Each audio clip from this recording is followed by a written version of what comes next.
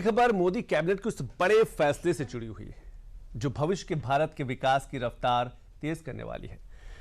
दरअसल आज पीएम मोदी की अध्यक्षता में केंद्रीय कैबिनेट की बैठक हुई और इस बैठक में सेमीकंडक्टर प्रोजेक्ट्स को लेकर बड़ा फैसला किया गया है। वहीं यूपी के लिए भी इस बैठक में एक बहुत बड़ा निर्णय लिया गया जिसका असर आने वाले दिनों में देखने को मिलेगा। उस पर एक रिपोर्ट देख लेते हैं। पहला है 4 नए सेमीकंडक्टर प्रोजेक्ट्स। आप सब जानते हैं 6 प्रोजेक्ट्स ऑलरेडी अप्रूव्ड हैं, उसमें 4 और नए सेमीकंडक्टर प्रोजेक्ट्स आज जुड़े हैं।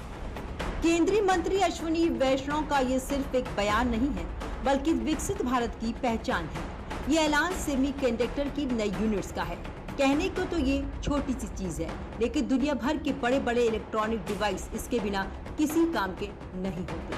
सेमीकंडक्टर का कंट्रोल जिस देश के पास हो वो देश पूरी दुनिया के विकास की गति को कंट्रोल करता है और अब इसी विकास की गति को बढ़ाने के लिए मोदी सरकार तैयार है। मंगलवार को मोदी कैबिनेट की बैठक हुई और इस बैठक में सरकार ने कई बड़े फैसले लिए। कुल 18,541 करोड़ रुपए की परियोजनाओं को मंजूरी दी गई। 4 नए सेमीकंडक्टर प्रोजेक्ट्स को मंजूरी दी गई। केंद्रीय कैबिनेट ने 11.165 किलोमीटर लंबाई वाली लखनऊ मेट्रो रेल परियोजना के फेज 1B को मंजूरी दी है। अरुणाचल प्रदेश के शियोमी जिले में 8,140 करोड़ रुपए के निवेश के साथ 700 मेगावाट की टाटो 2 हाइड्रो इलेक्ट्रिक प्रोजेक्ट को मंजूरी दी गई। मोदी सरकार जानती भी है, समझती भी है, पहचानती भी है उन मौकों को जिसमें भारत विश्व में सबसे अव्वल बन सकता है। सेमीकंडक्टर का हब बनने का लक्ष्य भी इसीलिए ही रखा गया है ताकि देश में ना तो रोजगार की कमी हो, ना व्यापार की और ना ही सपनों के साकार होने की। इसीलिए मंगलवार को जब पीएम मोदी की अध्यक्षता में प्रधानमंत्री आवास में कैबिनेट बैठक हुई तो देश के लिए और नए सेमीकंडक्टर यूनिट्स को मंजूरी दी गई। 6 सेमीकंडक्टर प्रोजेक्ट्स को पहले ही मंजूरी दी जा चुकी है। मंगलवार को 4 नए प्रोजेक्ट्स को मंजूरी मिली है। इसके तहत ओडिशा, आंध्र प्रदेश और पंजाब में प्लांट्स लगाए जाएंगे। इसके लिए 4,594 करोड़ रुपए का निवेश किया जाएगा। सेमीकंडक्टर मोदी सरकार के सबसे बड़े मिशन में से एक है। इसीलिए इस साल जनवरी में सेमीकॉन इंडिया का आयोजन भी किया गया था और अब सितंबर में फिर से इसका आयोजन होगा। आप सब जानते हैं कि सेमीकंडक्टर एक फाउंडेशनल इंडस्ट्री है, एक स्ट्रैटेजिक इंडस्ट्री है, एक ऐसी इंडस्ट्री है जिसके बिना कोई देश अपने मैन्युफैक्चरिंग सेक्टर को या अपने आप को एक विकसित देश की गिनती में नहीं कर सकता। ऐसी बड़ी इंडस्ट्री है ये। आज 4 सेमीकंडक्टर प्रोजेक्ट्स अप्रूव हुए हैं, 2 उड़ीसा में, 1 पंजाब में और 1 आंध्र में।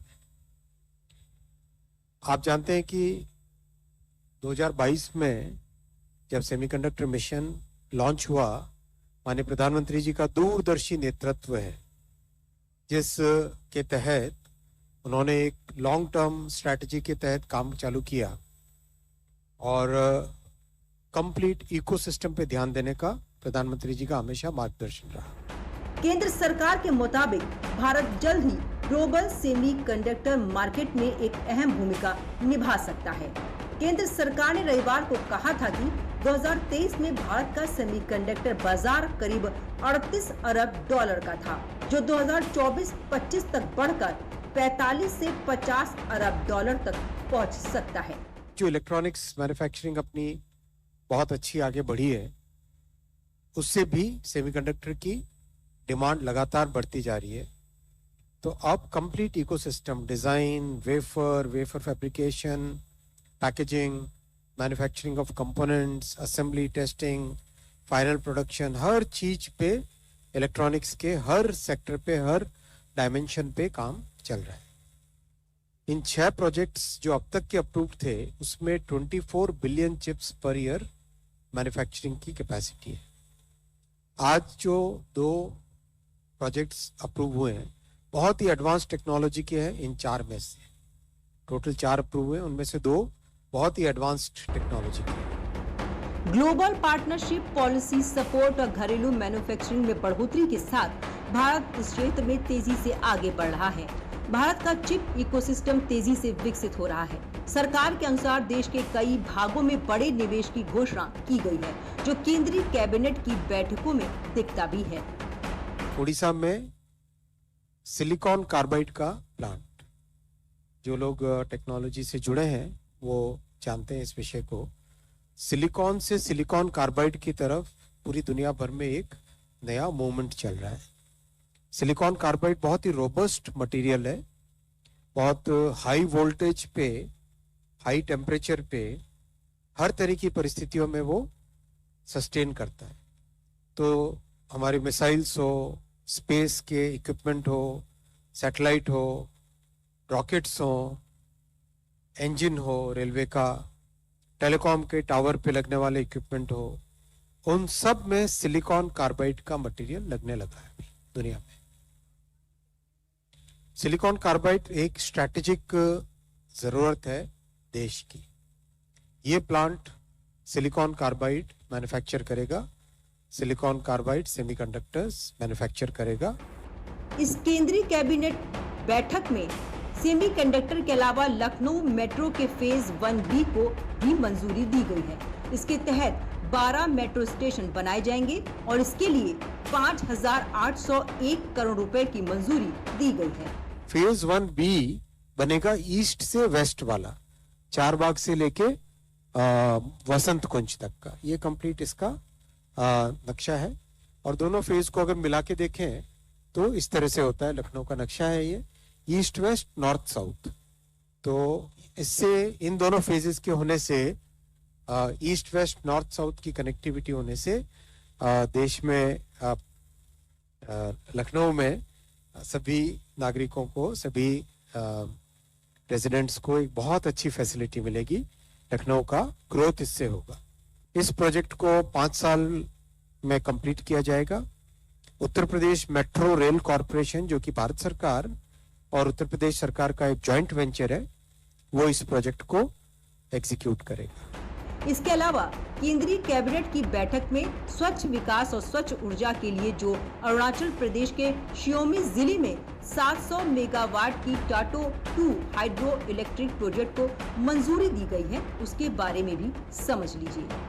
क्लीन एनर्जी के मामले में माननीय प्रधानमंत्री जी ने दुनिया में एक बहुत बड़ा एग्जाम्पल सेट किया है। अभी हाल ही में आपने सबने न्यूज देखी है, भारत की नॉन फॉसिल फ्यूल यानी क्लीन एनर्जी की कैपेसिटी ऑलरेडी 50% से अधिक हो गई है। ये बहुत ही गौरव की बात है, क्योंकि दुनिया के कई समृद्ध देश भी ऐसा क्लेम नहीं कर सकते जो भारत ने अचीव किया है। और जो 2030 के टारगेट थे वो पहले ही अचीव कर लिए। ये अरुणाचल प्रदेश का रिवर बेसिन है। इस रिवर बेसिन में आप देखेंगे बहुत सारी फीडर नदियां हैं, जो कि ब्रह्मपुत्र, सुबनसिरी, इनको फीड करके बाद में एक ब्रह्मपुत्र नदी बड़ी एक बन के निकलती है। और पहाड़ों से निकलने वाली बहुत सारी, तो इससे कई अपॉर्चुनिटीज क्रिएट होती है। ये उसका डिस्ट्रिक्ट वाला मैप है, जिसमें आप अलग अलग डिस्ट्रिक्ट से आते हुए इन ट्रिब्यूटरीज को देख सकते हैं। इन ट्रिब्यूटरीज में बहुत बड़ा बेनिफिट ये है कि हिली एरिया होने के कारण, पहाड़ी एरिया होने के कारण run of the river power projects बनाए जा सकते हैं।